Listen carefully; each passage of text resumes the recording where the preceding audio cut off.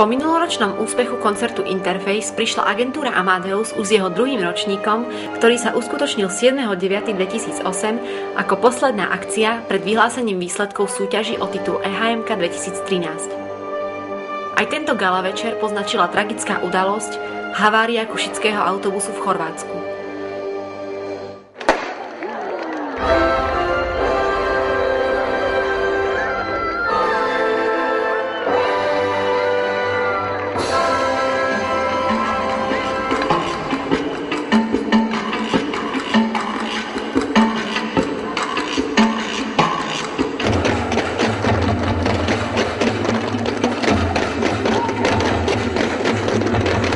Sa nám predstavili umelci zo Strednej umeleckej školy, z divadla Romatan a folklórneho súboru Železiar.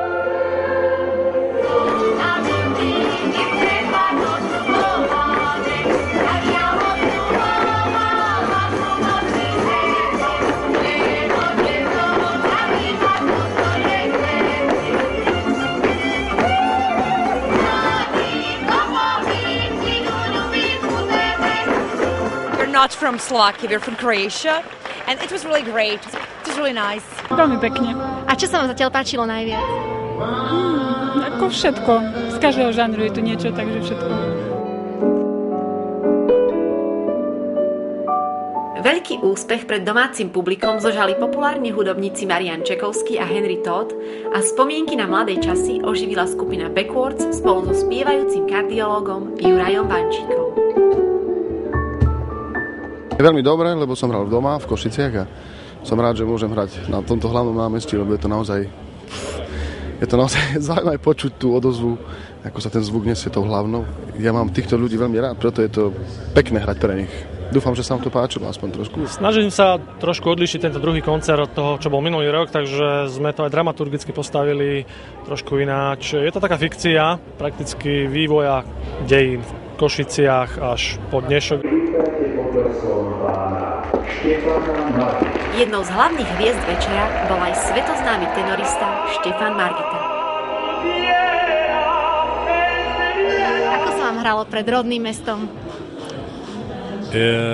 Ako vždy pocit zodpovednosti, tréma ani nebola dneska, pretože už jak som vyšiel vonka, tí ľudia boli tak milí, ako vždy srdeční, takže zase ma to publikum nesklamalo, pretože ja som tu zažil úplne svoje začiatky a vždy sa to publikum ku mne chovalo fantasticky, takže som nadšený, tá atmosféra bola geniálna.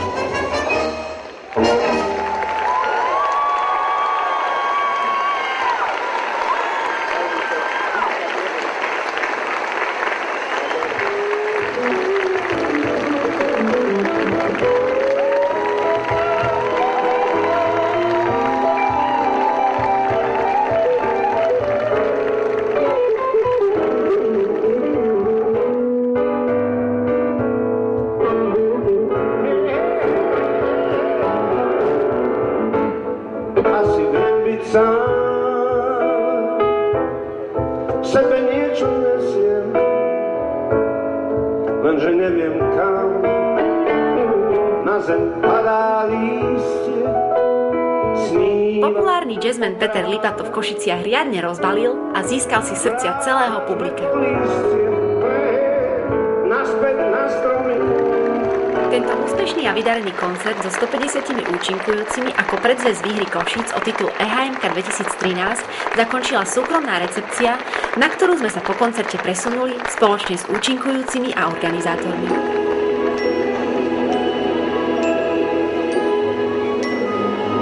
Aké si myslíš, že majú šance Košice stať sa hlavným mestom kultúry? Verím, že najvyššie zo všetkých 4 miest, ktoré sú vo finále.